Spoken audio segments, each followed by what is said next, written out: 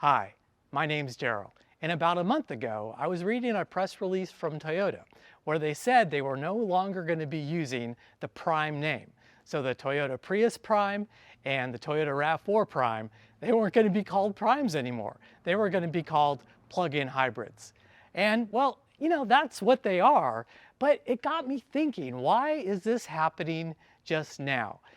I've been a big fan of plug-in hybrids, and I did a couple of videos talking about the new RAV4 Prime coming up in likely 2026, as well as when was the next Prime going to be released. And yeah, I guess there is not going to be another Prime release because now they're going to be called plug-in hybrids.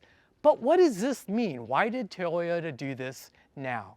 And I really think one of the reasons that they're doing this is because I think plug-in hybrid vehicles from Toyota are going to become a lot more prominent.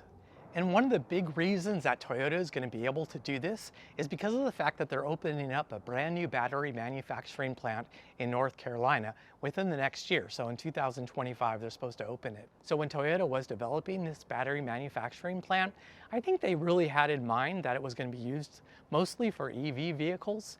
But I don't know if you've been following EVs very closely, but the demand for EVs, especially in America, has really gone down.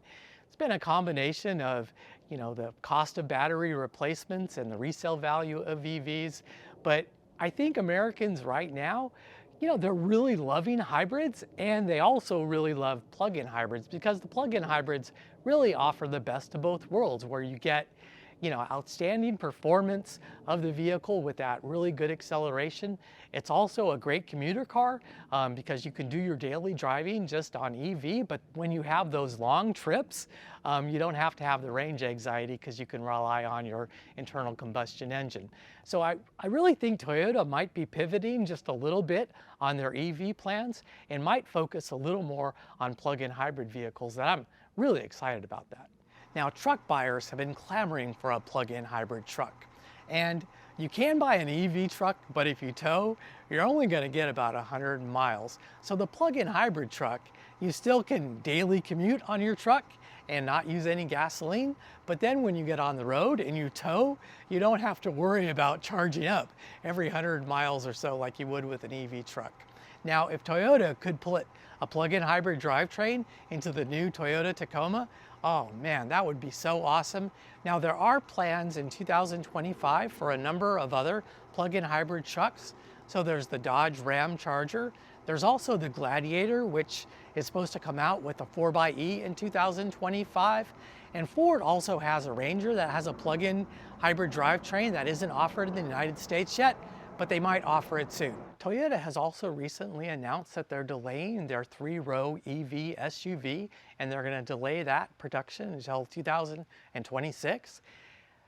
So we don't really know what's exactly going to happen with that and what that 3-row EV SUV is going to be, but I'm really hoping that they kind of look at the demand for plug-in hybrid vehicles and instead do like a 3-row SUV plug-in hybrid. Like take that plug-in hybrid drivetrain and put it in the Grand Highlander. Yeah, and I think they would sell tons of those. So some really exciting news coming out of Toyota, and until next time.